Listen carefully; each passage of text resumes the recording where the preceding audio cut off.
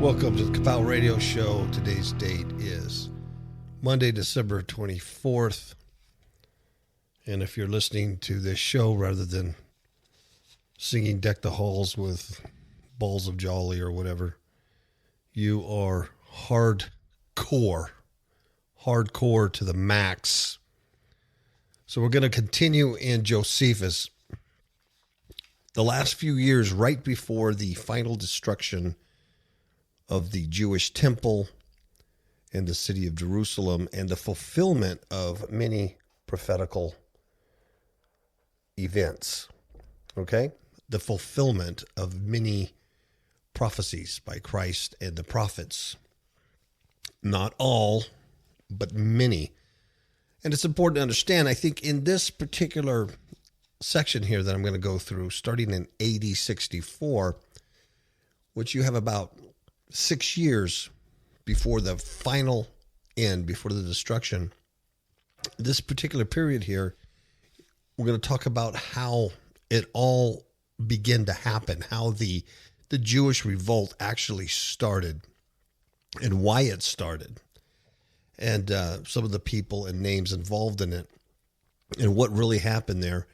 And you're going to see some of the scriptures, some of the things that you're familiar with, the things that Jesus said. You're going to see that fulfillment come out in this.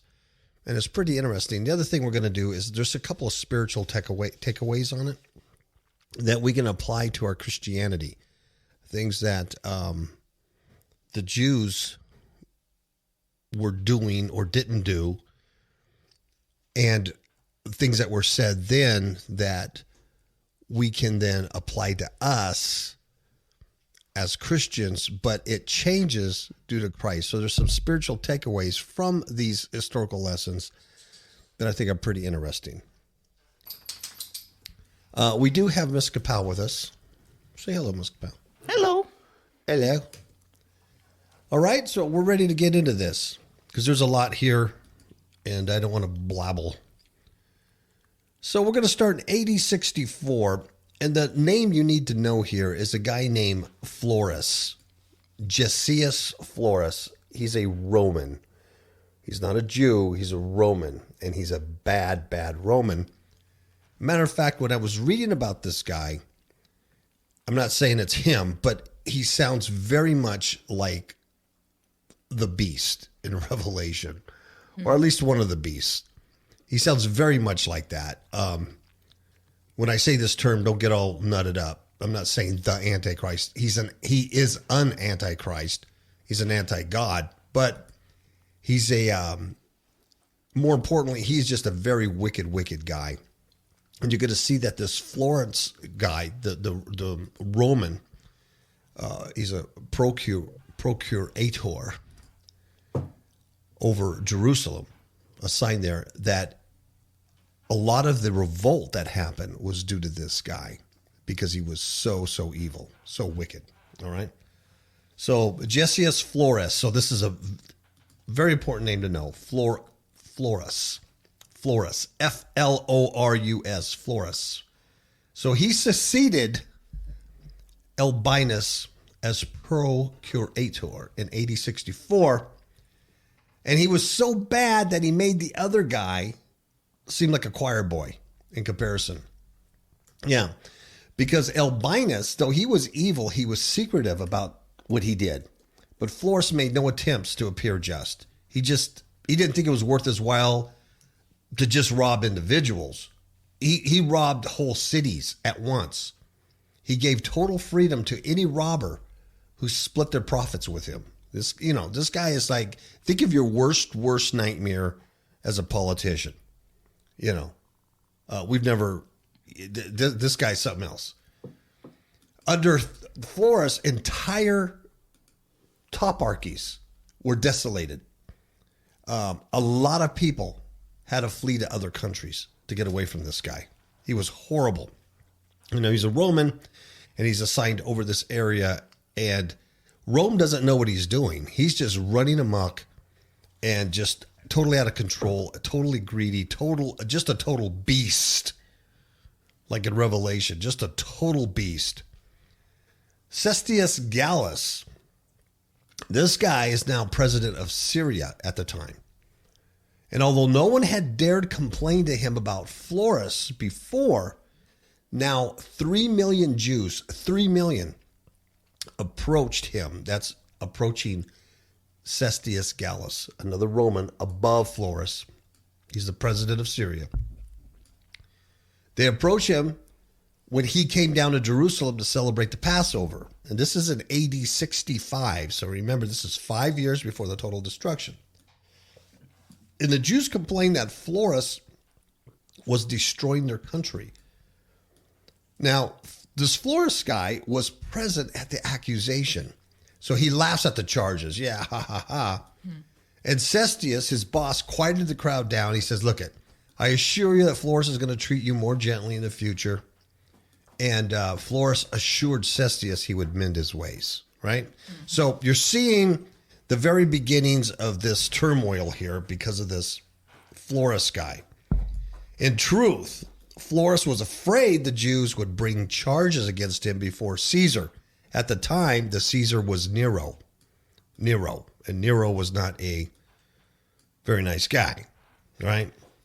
So Florus is going, man, they're going to go straight up to the emperor at some point, and I'm going to be in big trouble. Because all of his illegal acts would come to light. So the only thing that could prevent that was an outright revolt of the Jews. So Florus knew this. So Florus, at this point, now remember, this is AD 65, he formulates a plan to get the Jews to revolt. If the Jews could revolt against Rome, it would take all the heat off of him and his bad deeds and his robberies and his greed and ripping everything off and being such a beast, right? Mm-hmm. So this is his whole goal now in life, to get them to rebel.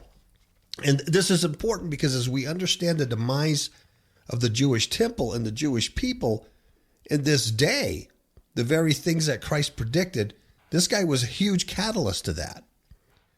Huge catalyst.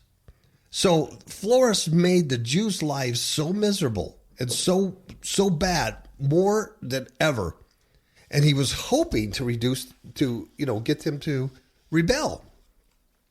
So now in the year 66, AD 66, the Jewish revolt began. This is 3 years before the fall. 3 years, this is the 3-year Jewish war, is what it's called. And they go to war, a revolt, I should say, against Rome, which was the ruler over the entire inhabitable world at the time. It'd be like you and your little city going against the United States military, thinking you're going to win. So it began in 66 in the city of Caesarea. This is where it all started. Now, this is after the Greeks were given control of the government by Nero.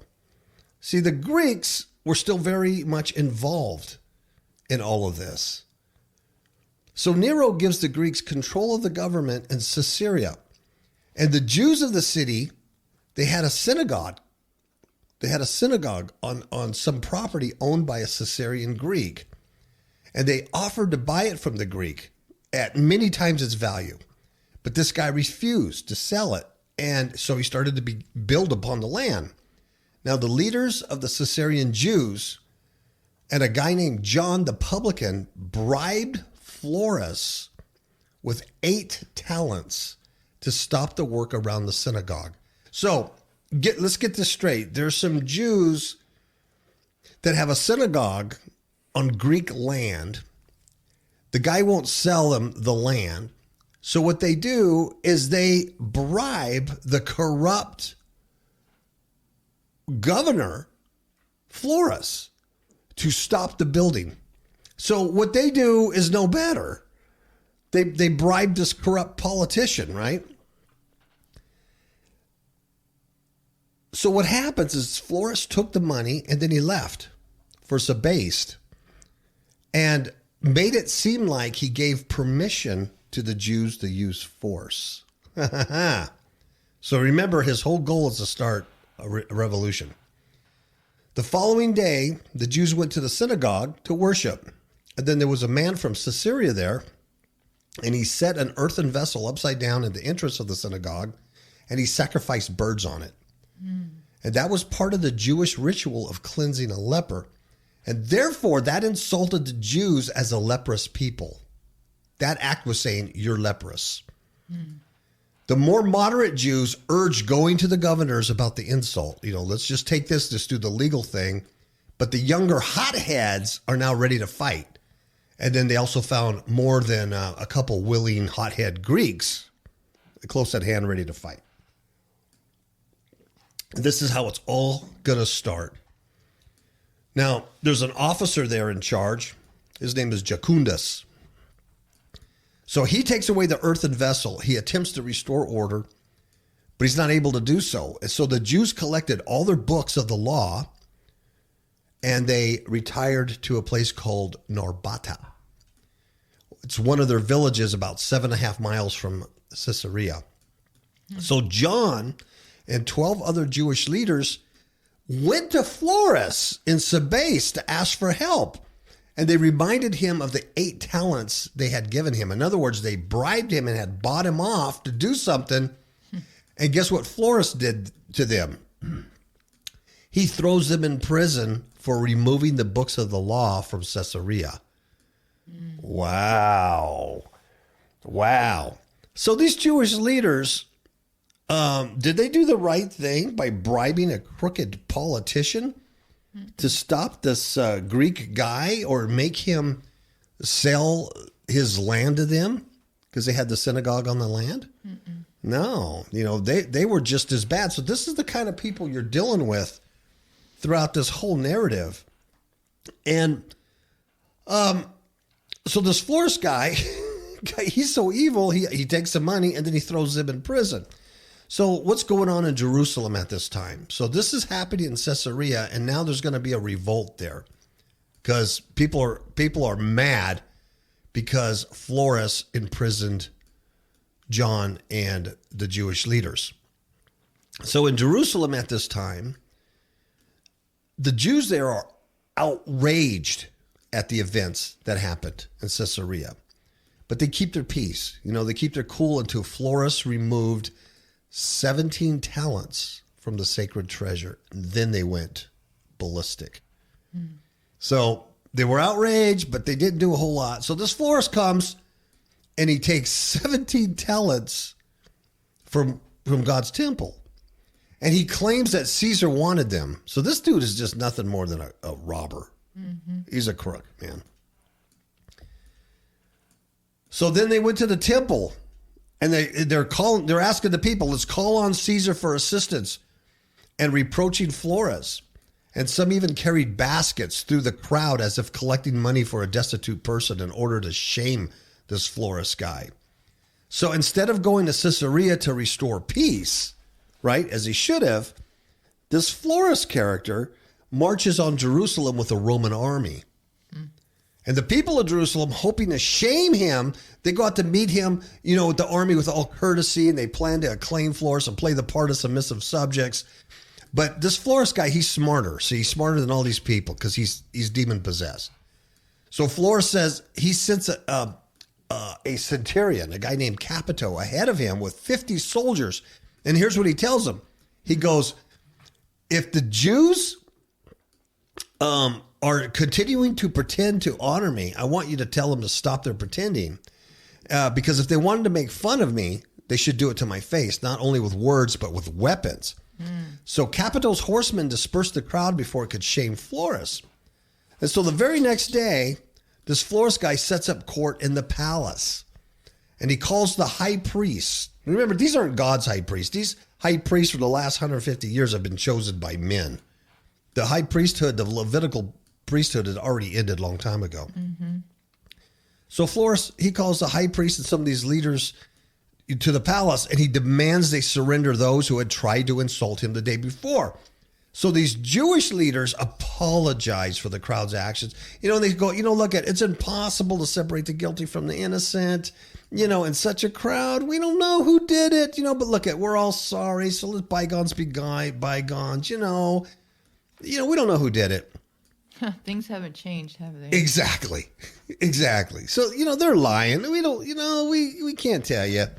So provoked by this florist guy calls out to his soldiers and he orders them to go plunder the upper marketplace and kill anyone they meet there. Now, you just kind of hear that and you go, oh, they're plundering. The word doesn't even account to what they did. I mean, they killed men, women, and children. They burnt that place. They stole everything. They totally razed it. It was incredible. This is just the beginning. So he tells them to go there and kill anybody they see. Go plunder it. Take whatever you want. And so these Roman soldiers go there, and they did that with, and Josephus says, with such thoroughness and greed. Many of the innocent people, these are innocent people that had nothing to do with this rebellion, are captured by the troops. They're whipped and they're crucified. They're crucified on the crosses, people, just because they're part of the Jewish nation, and some of them are revolting. Josephus records the total number of men, women, and children killed in one day was 3,600. Wow. And on that day, Florus did what no one had ever done before. And this should sound familiar to you. He ordered Jews serving in the civil service who were legal Roman citizens. He ordered them whipped and crucified. And that act was prohibited by Roman law. Do you remember when Paul was thrown into prison? Mm-hmm. And in the book of Acts, and the Roman guards whipped him, gave him so many lashes and stuff. And then Paul told him, hey, I'm a Roman citizen. You think this is lawful? And they freaked out. And they bandaged him up, cleaned him up, let him and his friends go, let him go out the back door. Please don't tell anybody. They were afraid. Mm-hmm. It was against Roman law to punish and whip, let alone crucify another Roman citizen. So this Florus guy, the beast, I'm going to call him a beast because that's what he was. Maybe one of the beasts in Revelation. Certainly looks like it. So he does what has never been done before. And why I said that's going to sound familiar, remember what happened in Nazi Germany? All the Jews that were working in civil service got the same thing. Got fired and all their property taken from them and many killed. Mm-hmm. It's the same spirit. There's a gal named Bernice. Let's talk about her for a little bit. While this is going on, at this time, there's Bernice. Now, this is King Agrippa's sister. King Agrippa is a Jew, right? They call him King Agrippa. He's one of the rulers of this area under Rome. Now, his sister Bernice was living in Jerusalem, and she was performing some vow there that she had made to God. And she had a sacrifice for 30 days. She couldn't drink wine, and she shaved her head. That's what Miss KAPOW does once a year. And she was greatly upset by the actions of the soldiers, and she sent the masters of her house, and she sent horse and guards to Florus to beg him to stop the slaughter. And he wouldn't even listen to her. In fact, she went to Florus herself and stood before him barefooted to ask him to spare the Jews. He didn't pay her any respect. It says, Josephus records that his soldiers would have killed her if she hadn't fled to the palace. So that's what an arse this Florus guy was. He is a huge arse. I mean, he's an antichrist, anti-God. He's a beast, if not the beast. The day after the slaughter, now this is what happens with the Roman troops that slaughtered 3,600 people in the marketplace, innocent people. The day after this slaughter, the crowd gathered at the upper marketplace to mourn their dead and to accuse Florus. Can you imagine going there and seeing your children just slaughtered, dead? How about your mom, your dad, your wife, your husband? your brothers and sisters. I mean, what would you do? I mean, when you talk about a great tribulation, folks, this is a great tribulation. You know, I know many people are still waiting for the Great Tribulation around the whole world. These people went through the Great Tribulation. This is trouble they've had that nothing was seen like it before and nothing will be like it afterwards. When you really read this history, this is incredible tribulation. This is the day of Jacob's trouble. Absolutely. There's no doubt about it. No doubt about it. So these guys, you know, this is everything that's been predicted for the Jewish nation by Christ and the prophets. And it was because of their rejection of God. You know, this was the results of that. So anyway, these people went to mourn their dead, and they're going to accuse Florus, but the leaders convinced them to return to their homes to avoid further deaths. They're saying, you know, if you do this, more bad things are just going to happen, you know, or, you know, you're going to be screwed. But Florus wanted the rebellion to continue. He didn't want it to end. You got to remember that, because he knew that if he can get them to rebel against Rome, then he would never be caught for his robberies. So he calls the Jewish leaders to him. He's telling them the only way they could prove their peaceful intentions was to go greet the two cohorts of soldiers coming in from Caesarea. At the same time, he orders the approaching soldiers not to return the Jews' salutations. See what he's doing here?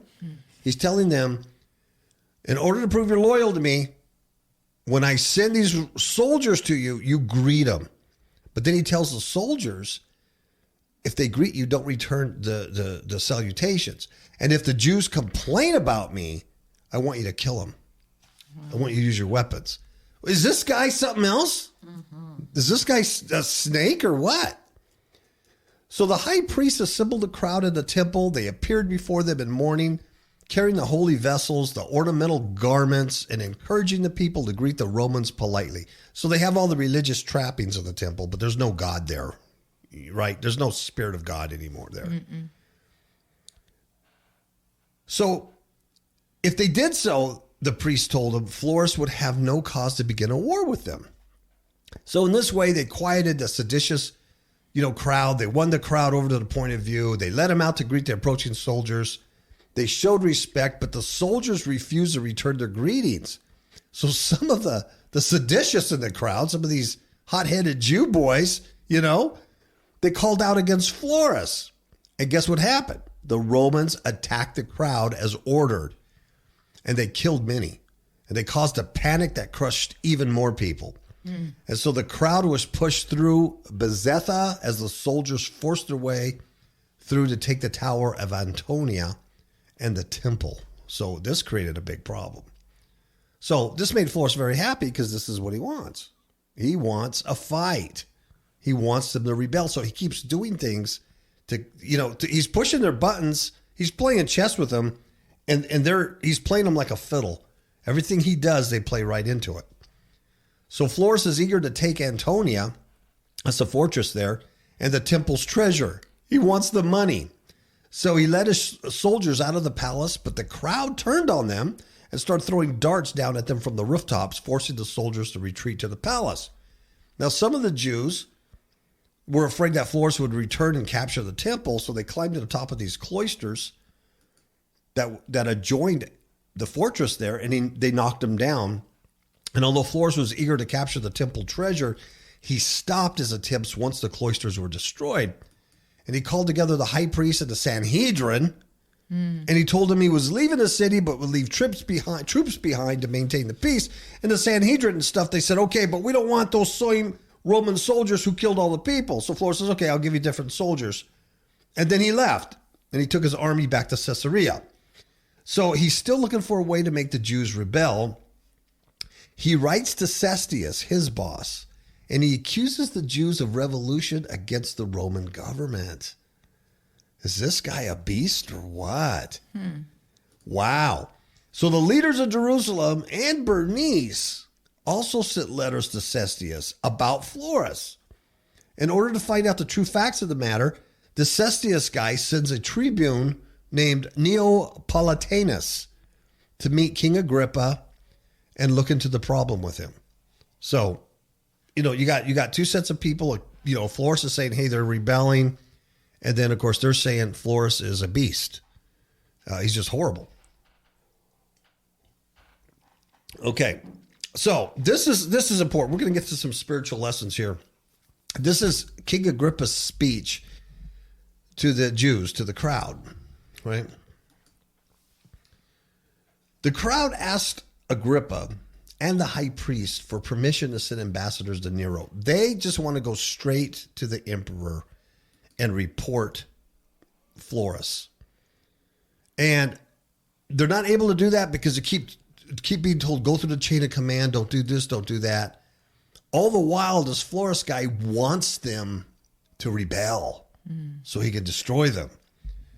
So they're not playing with all the knowledge. They're not playing with the full deck, that Florus has. So Agrippa thought that would be extremely dangerous. See, here's all your politicians. Yeah. So he thinks it's extremely dangerous, yet the crowd was in a warlike mood.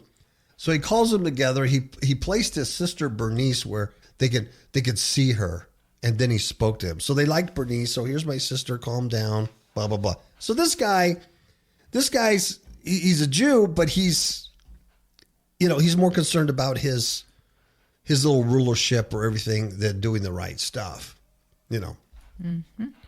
So Agrippa asked why the Jews were so eager to go to war against the Roman Empire. To avenge the wrongs they had suffered from one man, Florus, right? No, why do you want to go to war with Rome? I mean, just because of one guy? Rome had not itself hurt you. Why are you mad at Rome? You know what I mean? Yeah. Why do you want to go to war with America if you're just mad at Trump? Or if you're just mad at Obama, why do you want to go to war with the American military? That's what he's saying. So he tells them, he goes, Rome didn't even know of Florus's actions. Soon, very soon, there's going to be a new procurator.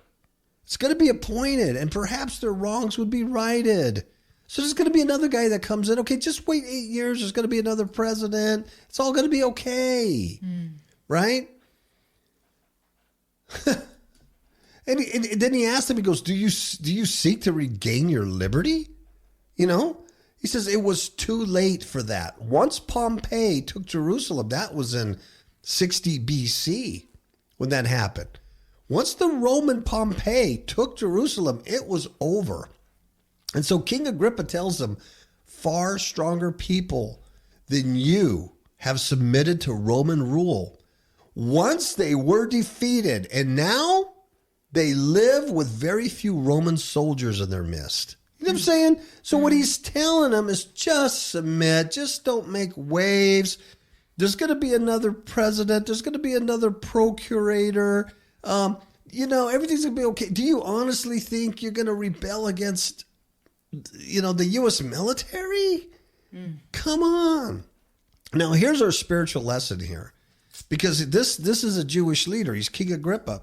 And so he tells them, and this is in quotes from Josephus. He says, you are the only people who think it is a disgrace to be servants to those to whom all the world hath submitted.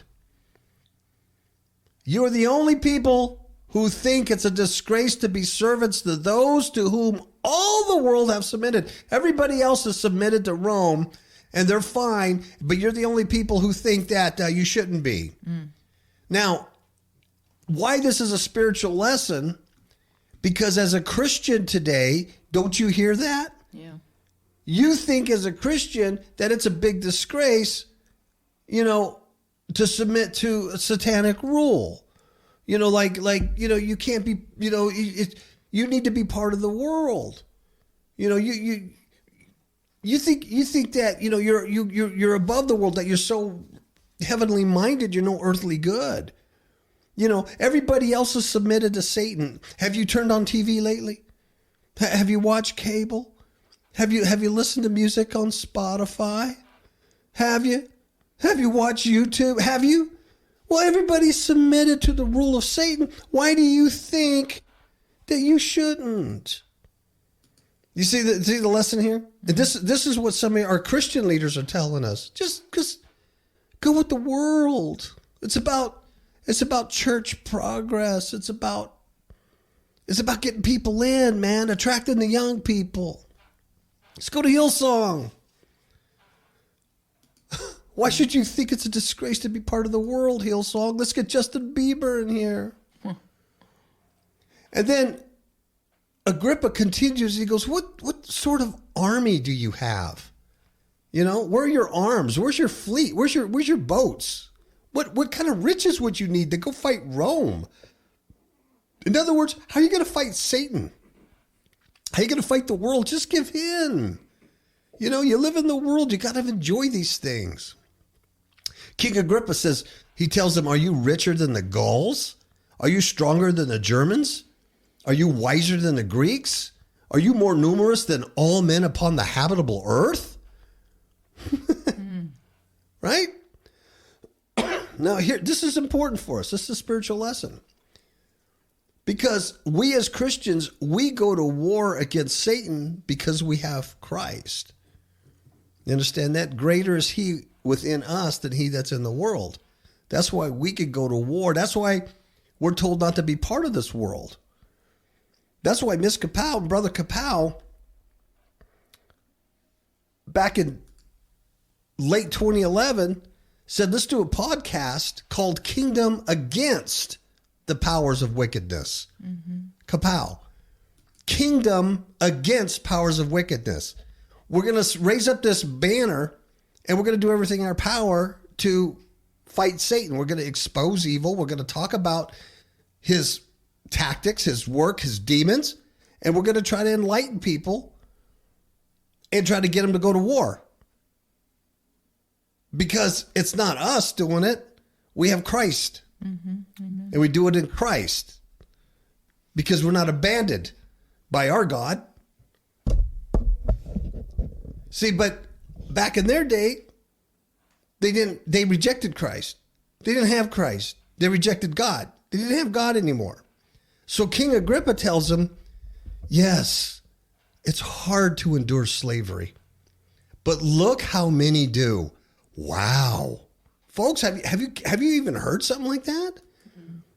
As a Christian, how many of your family members, it's hard to live as a Christian. It's hard not to keep smoking and drinking and carousing and partying and, having sex out of marriage. And, it's hard to be a young person and live like that nowadays. But, it's hard. Look how many people do. It's hard to endure slavery, but look how many people do. It's hard to live in this world, but look how many people do. Look at Kim Kardashian. She does it. So King Agrippa says, who would come to their aid in such a war? Everyone in the world was already under Rome's rule. So if you want to hang up your flag and you want to start a podcast and you want to call it Kingdom Against Powers of Wickedness, who's going to come to your aid? Paul? Linda? Who's going to come? Who's going to help you? Because everybody else has already submitted under Satan's rule. Nobody in the world is going to come and help you. Well, yeah. That's why your books will never be well known. That's why your music will never be, successful in the world or anything. That's why. Because no one's going to come and help you do that. Because they're okay with being a slave under Satan. Many do. So this is what King Agrippa's telling them about Rome. Am I making sense, Ms. KAPOW? I am? Yeah. Okay. So he continues and he tells them, he says, the only help they could look for would be divine help. Oh, here you go. But that would be denied them because they would either fight on the Sabbath or be defeated. So in other words, the Jews were still locked down with their traditions and their law because they didn't recognize that Christ came and created a new covenant with his blood. So they knew that they could not do anything on the Sabbath, and then they would have to be forced to fight on the Sabbath. Therefore, they'd be defeated. Mm-hmm. So even God couldn't help them. Mm-hmm. But Christians, real Christians, biblical Christians today aren't in that predicament because our God does come and help us because we're not bound by the law of Moses, whether we're going to fight Satan on a Sabbath or any other day, you see, because we have Christ. That's the difference. But people who are religious, they don't want to fight the war. They don't want to go to war with demons. They don't want to fight Satan. They don't want to expose the evil. They just want to live. Hey, it's okay to be a slave. Who's going to come to our aid? It's okay to be a slave. Many do. Everybody is submitted under Rome, right? And King Agrippa says this, and this is in quotes, all men that go to war do it either as depending on divine or on human assistance. Mm-hmm. But since you're going to war will cut off both those assistances, those that are going to war choose evident destruction. That's the Jewish leader. That's the Jewish king telling them that. And he's right for them. And he was right. They chose war, and there was no way they're going to win against the greatest military power in existence of that time. The other thing is you got to know when he's saying this, he believes Rome's going to be around forever. It's never going to go away. But the pattern God uses Babylon, Assyria, Rome. He uses these nations to punish his people. And then once that's done, then he punishes those nations. Some he punishes because they go too far. So don't think you're sitting here in America taking abuse, living in a satanic system, and that this is going to go on forever. It's not. It's not history. History doesn't bear that out. In fact, it's collapsing now as I speak. It's not going to be around. You have to choose the proper side. And the proper side is eternal life. The Jews didn't choose the proper side when Christ was there in the flesh and visited them. They didn't recognize their God. We have to recognize Christ, sight unseen, by faith. You have to choose the proper side, or else you're going to end up here on the losing end of stuff, right? Mm-hmm. So, it continues. So if the Jews did go to war, the Romans would not be generous in victory, right? They're not going to be nice. And what King Agrippa is telling them is their cities, their temple, their entire nation would be destroyed as an example. And it was. Furthermore, now check this out. All the Jews living throughout the world would die because of this war. So this wasn't just a localized Jerusalem, Judea thing. This thing was earth-wise. This thing was the whole inhabited earth, the land. Okay? So after this speech, King Agrippa urged the people to pay the tribute they still owed Caesar. Still pay your taxes! And rebuild the cloisters to avoid any appearance of revolution. And here's what he tells them. He goes, for the citadel does not now belong to Florus, nor are you to pay the tribute money to Florus. That's the guy you're mad at. But your destruction of the citadel has nothing to do with him. That's not his. And you still owe Caesar taxes. This is good stuff, right? That's a good leader, right? You still got to pay taxes. You're a slave under Rome. Just accept it. Many do. And the ones who accept it, they only have very few demons living in them. It's not too bad. It's not too bad. You see the spiritual takeaway on that? I hope you do. The people of Jerusalem listened to Agrippa, so they began rebuilding the cloisters, and the unpaid tribute of 40 talents was collected. But when Agrippa tried to convince the crowds to obey Florus until he was replaced, they just relax, man. He's going to be replaced. They cast reproaches on him, Josephus says, and they threw him out of the city and they threw rocks at him because they were angry at being treated so poorly. So this is starting the major revolt. So Agrippa sent the Jewish leaders to Florus and Caesarea so he could appoint the country's tax collectors himself, and he returned to his own country. So that was the end of that. Now we got the rebellion of Rome. I'm going to take a short commercial break and we'll be right back. Cool. How many of you remember the story contained in the book of Acts, chapter 19, where there were 7 sons of Sceva, and they were trying to cast out a demon because they saw the Apostle Paul doing great miracles through God. So they tried to do the same thing. So they go up to this guy who's demon-possessed, and they say, "We adjure you by this Jesus whom Paul preaches to come out." Yeah. And guess what the evil spirit did? The evil spirit answered them and said to them, "Hey, I recognize Jesus and I know about Paul, but who are you?" And guess what? The man that had the demons jumped on him, beat the heck out of him, subdued him, overpowered him, and they literally fled out of the house naked and wounded. Wow. Guess why? Guess why? Because they did not go to Amazon.com and buy Demons in My Marriage Bed, a true story of spiritual warfare. The book is not about you being married or single.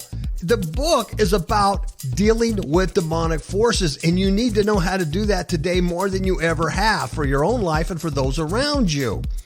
The book is a training manual, and there's training in there that will teach you how not to be the sons of Sceva and get beat up by demons. It will give you the tools for you to be recognized by them, because they'll know that you're exercising the authority that is given to you through Christ. You need to get this book.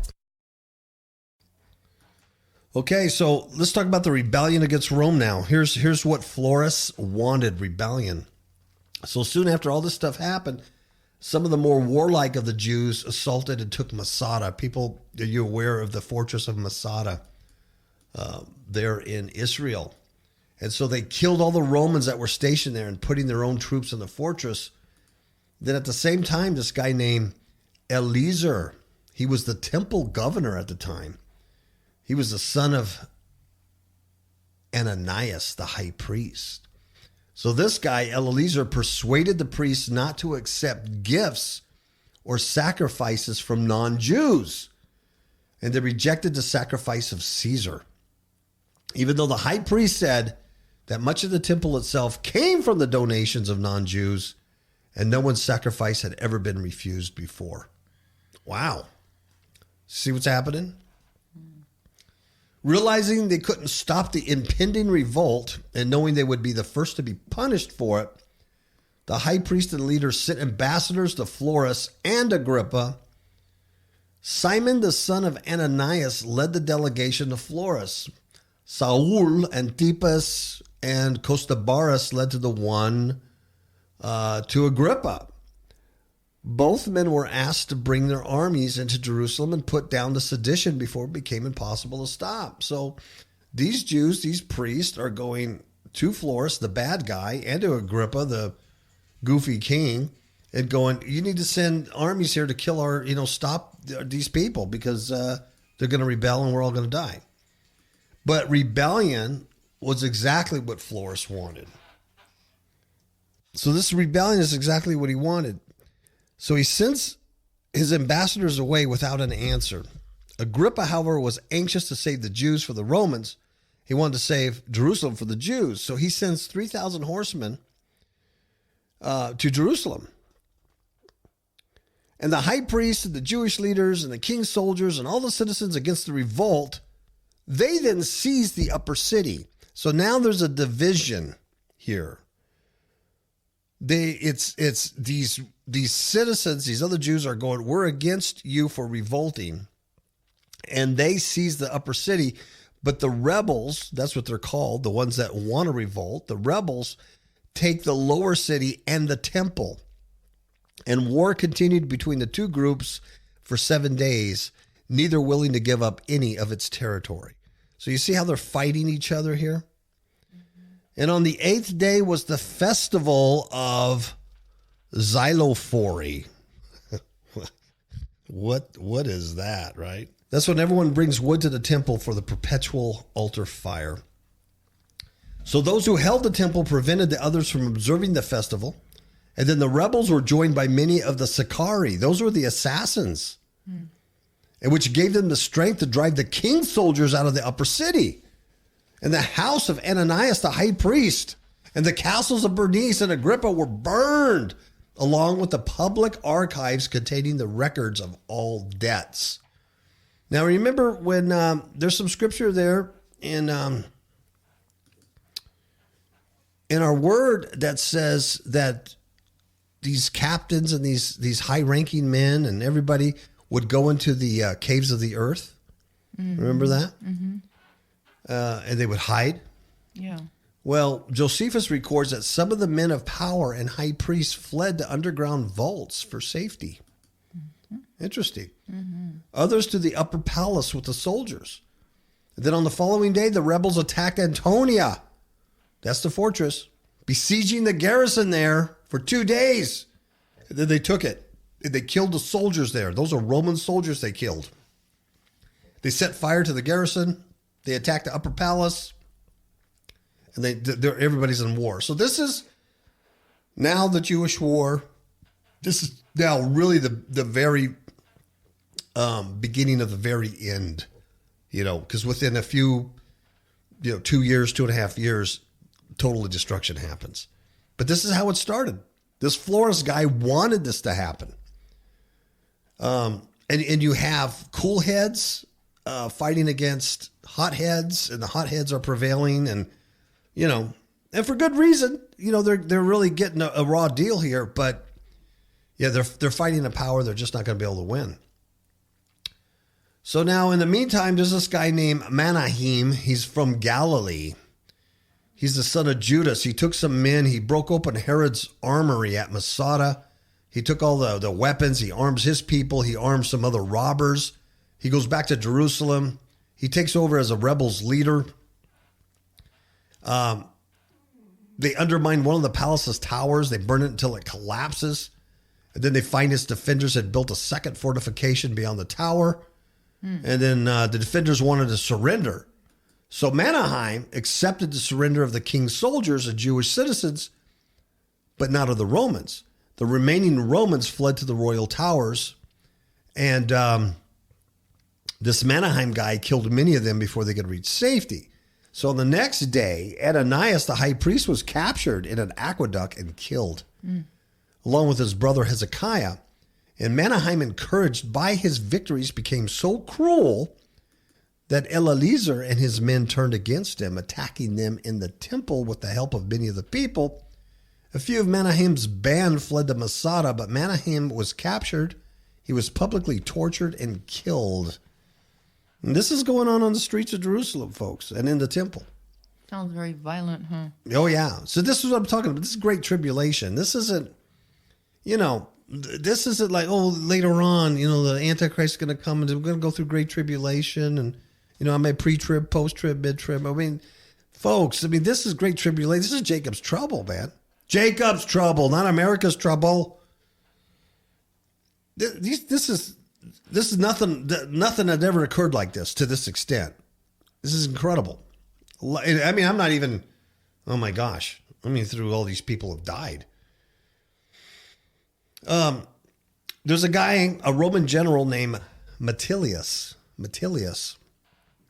So this guy asked Eleazar's permission to surrender, saying they would give him all they had in return for their lives. These are Roman soldiers, a Roman general. So several Jews were sent to pledge the safety of the soldiers who came out.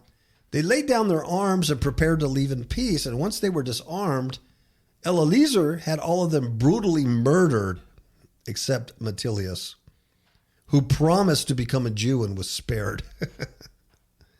And this murder check this out, occurred on the Sabbath, which filled the city's citizens with sadness and despair. So they knew this murder occurred on the Sabbath, God's holy day, which they for millennia had observed with great, respect. Right? Mm-hmm. This is the attack on the Syrians. This is earth-wide. This is all the, inhabitable earth around there. This is what's going on. On the same day and hour that the surrendering Roman soldiers were being slaughtered by the Jerusalem rebels, Florus and the people of Caesarea were attacking the Jewish population of that city, and they killed over 20,000 Jews in 1 hour. Wow, that's a lot. Yeah, I don't know what the math is, how many Jews per minute that is. 20,000 in 1 hour. And they sent the survivors into slavery, and by the end of the day, not one Jew remained. You can't tell me that's not a great tribulation. You can't tell me that's not Jacob's trouble. That's a great tribulation. Yep. In those days. The total destruction enraged the whole Jewish nation. They divided themselves into several parties. They destroyed Syrian villages in the cities of Philadelphia, Sabonitis, Geracia, Pella, Scythopolis, Gadara, Hippos. Turning on Galantis, they destroyed and burned cities there and a bunch of other cities. They attacked everything. Neither Sabais nor Ascalon was able to withstand their attack. When those cities were burned to the ground, they entirely demolished Anthedon and Gaza and the villages around them. The Syrians killed as many Jews as they lost themselves until every Syrian city was divided into two opposing camps, and the safety of one party lay only in the destruction of the other. The days were spent in fighting and the nights in fear, for if the Syrians destroyed the Jews, they worried about the Jewish sympathizers who remained. Neither side wanted to kill innocent people, so both lived in fear whenever they mingled with the crowds. Now greed increased the bloodshed, since those killed were plundered and those collecting the most booty were the most honored. Wow. It's common to see cities filled with the unburied bodies of old men, women, and children. That's great tribulation. When you see cities filled with unburied bodies, that's not good. No. So far the conflict had been between Jewish rebels and Syrians. But at Scythopolis, some local Jews fought against their brothers. That's Mark 13, Ms. KAPOW. Mm-hmm. Indeed, they fought so willingly that the Syrians of Scythopolis suspected them and feared they would turn on them in the night. So to prove their loyalty, these Jews were told to take their families out of the city and camp in a nearby grove. And they did for 2 days. But on the third night, the people of Scythopolis attacked, and they killed 13,000 of them. 13,000 Jews were killed, and these Jews were Jews killing other Jews, their brothers. Wow. Wow. Mark 13, chapter 11, verse 12 says, Jesus says, brother will betray brother to death, and a father his child, and children will rise up against parents and have them put to death. I'm just saying. So there's this dude. He's a bad actor, man. His name is Simon the Jew. He's one of the Jews of Scythopolis. And he fought against the attacking Jews. So here's Jew against Jew. And he was a man named Simon, the son of Saul. And Josephus says he was extremely strong. He was a bold man who fought so well that he was in great measure responsible for the success of the city's defenders. But he was punished for the Jews that he killed. Yeah. For when the people of the city attacked the Jews in the grove, he saw he was doomed and did not attempt to fight back.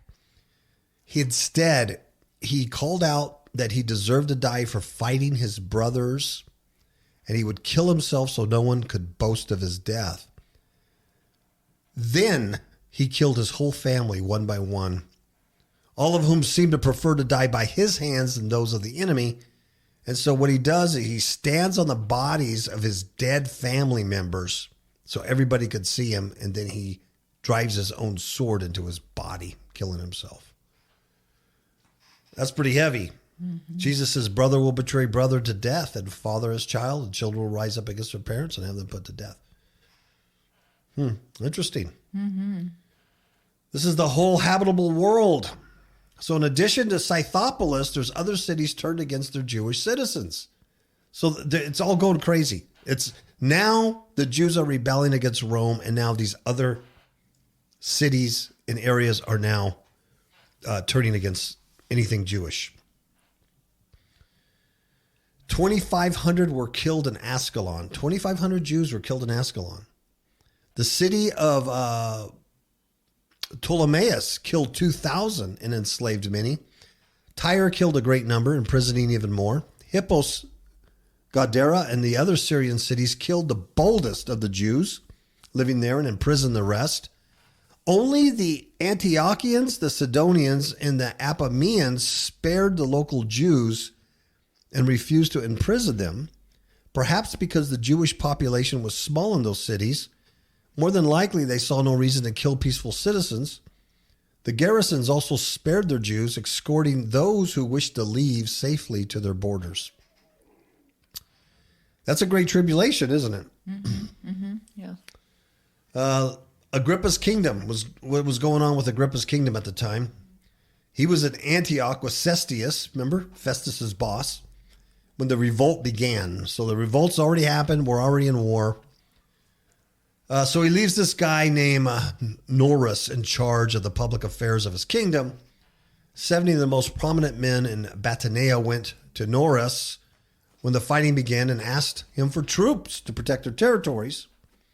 And so without Agrippa's consent, this guy Norus sent his soldiers out in the night to kill the 70 petitioners. And so when Agrippa heard how cruelly this guy was treating his kingdom, he immediately took away his procuratorship. Now the rebels took the citadel above Jericho. They cut the throats of its defenders. They demolished the fortifications. Another group persuaded the Roman soldiers to surrender the fort in exchange for their lives. And in Alexandria, now this is a good piece of history here, the Greeks of Alexandria had been persecuting the Jews ever since Alexander the Great. Yeah, Alexander the Great had given Jews equal privileges with the Greeks in return for their help against the Egyptians. And so the Jews of Alexandria had lived by themselves in a separate section of the city to avoid being polluted by the Greeks.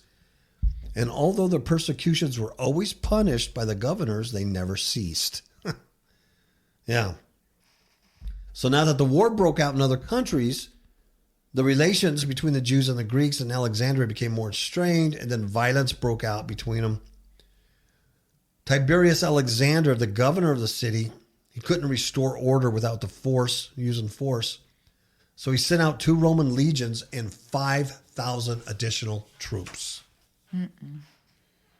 He gives them orders to kill the Jews and plunder their possessions. The soldiers attacked the Delta, which was the Jewish section of town. At first, the Jews were able to hold off the troops, but once they were forced to fall back, the Romans killed them unmercifully. Check this out. In the end, 50,000 Alexandrian Jews were killed before Alexander called off the troops. Wow. That's a great tribulation. That's a great tribulation. All right, I am almost an hour into the show. I just got a few more, so we might have to go a little over. Hopefully I'm not boring everybody to death. Cestius, the president of Syria. Remember, this is Florus's boss. He decided it was time to act. You think? So he assembles the 12th Legion from Antioch, 2,000 other troops. He gets all these troops going. I mean, 2,000 horsemen, 3,000 footmen, 3,000 archers. He's getting 3,000 footmen from Agrippa, 1,000 horsemen, all over the place. You get it. A huge army. Huge army. In addition, the free city sent troops that were not trained but fiercely hated the Jews. Wow. So Agrippa accompanied Cestius as a guide and director of what was fit to be done. Excuse me. Taking some of his forces, Cestius marched to Zabulon, a strong Galilean city called the City of Men. And it divided the country of Ptolemais from Judea. Now, Miss KAPOW, when in Mark here, Jesus says it in Mark and Matthew, Luke, he says, Jesus says in verse 14 of Mark chapter 13, he says, but when you see the abomination of desolation standing where it should not be, let the reader understand, then those things that are in Judea must flee to the mountains. And we know that that's the armies. When you see the armies surrounding, like Luke says, when you see the armies surrounding Jerusalem, get out. And then in verse 15, it says, the one who is on the housetop must not go down or go in to get anything out of his house. And the one who's in the field must not turn back to get his coat. Right? Right. That's what Jesus says, get out. So here's what history says. History says the citizens of Zabulon had already fled to the mountains, leaving their possessions behind. Whoa. So when they got there with all these soldiers, they had already gotten out and they didn't take anything with them. Wow. So Cestius gave his troops permission to plunder and fire the city. And after this, he plundered and burned the whole area before returning to Ptolemais. As soon as Cestius left, the Jews attacked the remaining Syrians in the area, and they killed about 2,000 of them. Wow. So Cestius moved his army to Caesarea, sending part of it ahead to Joppa. He instructed those soldiers to take Joppa by surprise if they could, but wait for him if they were discovered. And so he ends up easily killing 8,400. Yeah, and they burned all kinds of villages there. So there's all kinds of wars going on. There's Galilean cities being destroyed. Rebels are all over the place attacking Jews. About 200 Romans were lost because the rebels controlled the high ground. And Romans soon outflanked them and killed over 2,000 rebels. Seeing no more signs of revolt in Galilee, Gallus returned to Caesarea. Now, during all of this in Jerusalem, we have Cestius. So he begins to march on Jerusalem, dispersing some rebels along the way. Most of the men of Lydda had left the city to celebrate the Feast of Tabernacles in Jerusalem. Cestius killed 50 of those left behind, burned the city, pitched camp at KAPOW, about 6 miles from Jerusalem.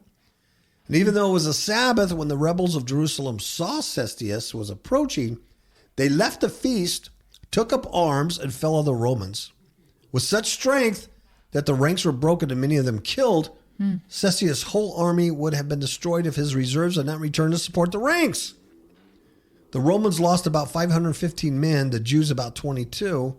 Among the Jewish dead were some relatives of the king and some other high-ranking guys.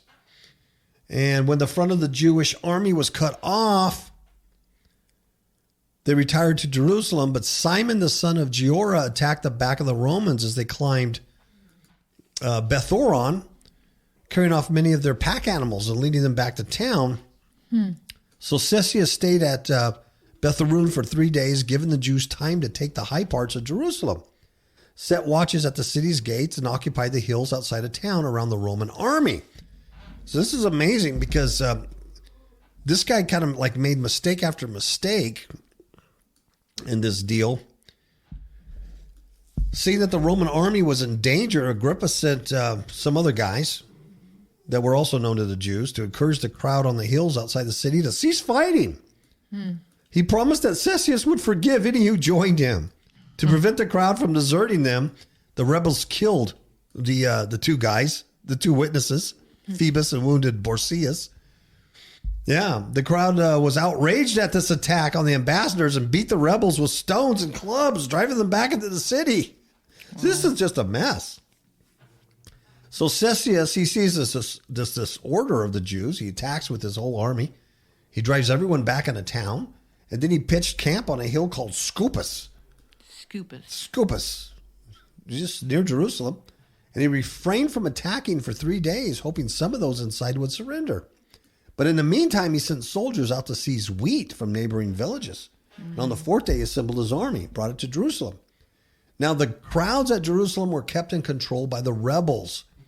But the rebels themselves were frightened by the organization of the Romans and retreated to the walled inner city and temple. See, the temple's just totally defiled before it's destroyed. It's totally defiled. There's blood all over the place. So Cestius burned this new city called Bezetha, and the timber market moved into the upper city, and he camped by the royal palace. And it says here, Josephus records, if he had attempted to take the inner city walls at that point, he could have ended the war that day. Oh. It could have ended but see, God had other plans. God had predicted no stone would be left unturned. No stone would be left upon another. So there's no way this guy could have ended the Jewish revolt that day. Right. Doesn't matter what man wants, right? It's right. The will of God that's going to take place. Even though it was possible, it wasn't going to happen. Mm-mm. So this guy named Tyrannus Priscus, he's the muster master of the army, and a great many officers of the horsemen had been bribed by Florus. And so they convinced Cestius to wait. Wow. So the rebellion could have been put down that day if this dude would have just went in. But these guys from the army and many officers had been bribed by this beast, Florus. You know why? Because he wanted the Jews to rebel and he wanted to destroy them. Is that amazing? Mm-hmm. To me, he looks like the beast to me. This guy's something else. You know, everybody talks about Nero, how bad Nero was, and he was. But look at this guy. Yeah. But it's so much like Satan, you know? He makes something look good, but his intention is totally bad. Yeah. Yeah, he's playing chess. It's just like Satan playing chess. Well, you do this and do this, and oh well, okay, well I'll just be part of the world, and okay, I'll only give you 3 demons instead of 10. You know, but those 3 are really bad. So while Cestius delayed, Ananus, the son of Jonathan, convinced many of the city's leaders that they should open the gates, let Cestius in to put down the revolt. We don't want this no more. So when Cestius was informed of the decision, he refused to believe the offer was serious. And the rebels discovered the plot. They threw Ananus and his followers off the wall and drove them into hiding. So the Romans attacked the wall for 5 days without success. And on the 6th day, Cestius attempted to break into the northern quarter of the temple, but the rebels on top of the cloisters had him off. They beat him down. So the Romans then protected themselves by holding their shields. Now we're going to get to the point towards the end here, but here you're going to get to the point where you're going to see, you know, now the Romans they're done with you. You know, now you've done it. Mm-hmm. So while this is going on, the Romans protected themselves by holding their shields closely together over their heads in tortoise fashion. It's called testudo. Undermined the wall at the same time. They prepared to fire the temple gate. But fearing the city was lost, many of the rebels fled. As they left, the crowds took over the city and made plans to open the gates for Cestius.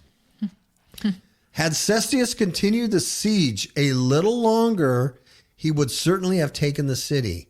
But he didn't know how close victory was or how much support he had inside the walls. So guess what happened? He recalled his soldiers and retreated without cause. Because God had predicted that no stone would be left upon another. Praise the Lord. So God wouldn't allow him to go there and put down the rebellion. So as soon as the rebels saw Cestius retreat, they regained their courage. And they attacked the rear of the Roman army. Cestius camped that night in Scopus. He retreated further the next day, which encouraged the rebels to punish the rear and the flanks of the army all the way.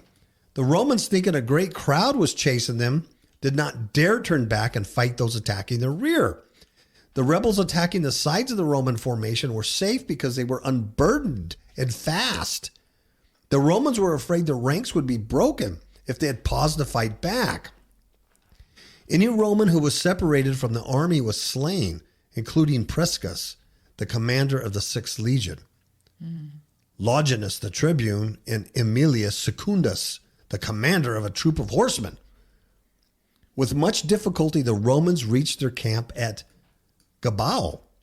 Now, Cestius stayed at KAPOW for 2 days while the Jews around him grew stronger. You see all the mistakes this guy was making? It's almost like divine appointment. God wasn't going to let him succeed. Because, like Florus wanted a rebellion. God said no stone would be left upon another. Woe unto you, Jerusalem, right? You didn't recognize your visitation. You killed your God. So Cestius stayed at, KAPOW. The Jews got stronger, and on the 3rd day, he decided to escape. And he ordered most of his pack animals killed, and saving only those that carried the army's darts and siege machines. Then he marched down toward Betharoon. The Jews tended to leave the army alone when they were in open places. But when they were forced to descend through narrow passages, the rebels would attack from above, almost like guerrilla warfare, and from below. And the precipices on either side often prevented the Romans from either fleeing or fighting. And Josephus says that their distress was finally so great that they cried out in despair, and their cries mingling with the joyful cries of the rebels harassing them. Wow. So you see why Rome was so pissed? If night had not fallen and saved the army, it would have been destroyed before reaching Betharoon. The rebels took all the places around Betharoon and waited for the Romans to come out of their fortifications. Now Cestius knew he could not simply march his army out in the morning and survive. Now check, this is what this guy does. He takes 400 of his bravest soldiers, or maybe they were the stupidest soldiers. I think they were the stupidest for volunteering or, whatever. But he takes 400 of these bravest soldiers and he places them in the strongest fortifications, and he told them to raise their flags in the morning as if the whole army were there. And during the night, Cestius then bails. He sneaks out. He takes the remainder of his army out of camp and he moves them 4 miles away. So I bet you anything those 400 bravest soldiers didn't know what was going on. So these Jewish rebels, they see the camp nearly empty in the morning. And when they see that, they go and they kill those 400 soldiers that were left there. And they pursued Cestius, but he was too far ahead to be caught. So the rebels turned back at Antipatris. They captured a discarded Roman equipment. They looted the Roman bodies. Remember, you're not supposed to touch dead bodies, right? That's right. Well, so it's all over with, folks, at this point. The law's all over. It's lawlessness is, So they're looting dead bodies. They returned joyfully to Jerusalem. And they had lost only a few men. The Romans lost 5,300 footmen and 380 horsemen. Yeah, so we're going to end there. And this is what's going down right before the total destruction, right before Titus comes, and totally destroys that city and leaves no stone upon another. It totally destroys the city of the temple. But what this story kind of reminded me of too is our faith in the Word of God, despite of what is going around us. The things that we see, it might look like we're on the losing side, or things are not going well, or God's not going to come through. Our faith is not strong enough, or whatever the enemy or we think about. But God's word is is our tower of strength. It's our refuge, and it's true and it's our anchor that we can stand on, and it really reinforces that the righteous shall live by faith and not by sight. Yeah, absolutely. Because you see, yeah, you're right. Because you do see this, and then you see historically this stuff. A lot of it came true, and you go, wow, And then also, in that vein too, Ms. KAPOW, you see the literalness of God's word. Yeah. When Christ says, "One who's in a field, don't turn back to get your stuff." When he says, "Woe that them are pregnant, of those who are nursing those days," and he says, "But pray it will not happen in the winter, for those days will be a time of tribulation, such as not occurred since the beginning of the creation, which God created until now and never will." Yeah, it's literal. It's literal. Unless the Lord had shortened those days, no one would be left. But for the elect's sake, he shortened the days. Yeah. And you got to understand, too, at this time, too, there's all kinds of false Christ, messiahs, and all kinds of false prophets coming up, trying to guide those people, saying God's on our side and we're going to be liberated from Rome. And that's what Christ was warning against that, too. Don't listen to them. Don't go where they're at. Yeah. So, those who believed in Messiah and took his warnings, they got out. Yep. And that says a lot to us as well. Yeah. About the word of God. Mm-hmm. And the world we live in. Those who take the word of Messiah literally will get out of the world. You get out. You won't be like King Agrippa. You won't listen to that nonsense. Well, everybody's a slave and it's okay. There's only a few soldiers, there's only a few demons in your life. Don't worry about it. How are you going to fight Satan? You're not going to get success. Everybody else is doing it. Yeah. Exactly. Everybody else is doing it. That's basically what Agrippa was saying. God can't help you and no man's going to help you. But we as Christians know that we stand in Christ, in Messiah. So our help is divine. It's not human. Our help is not human. Oprah's not going to call us and have us, talk about our podcast on her show. Neither would we want to. No. But you'll get my point. The world's not going to help you attack itself.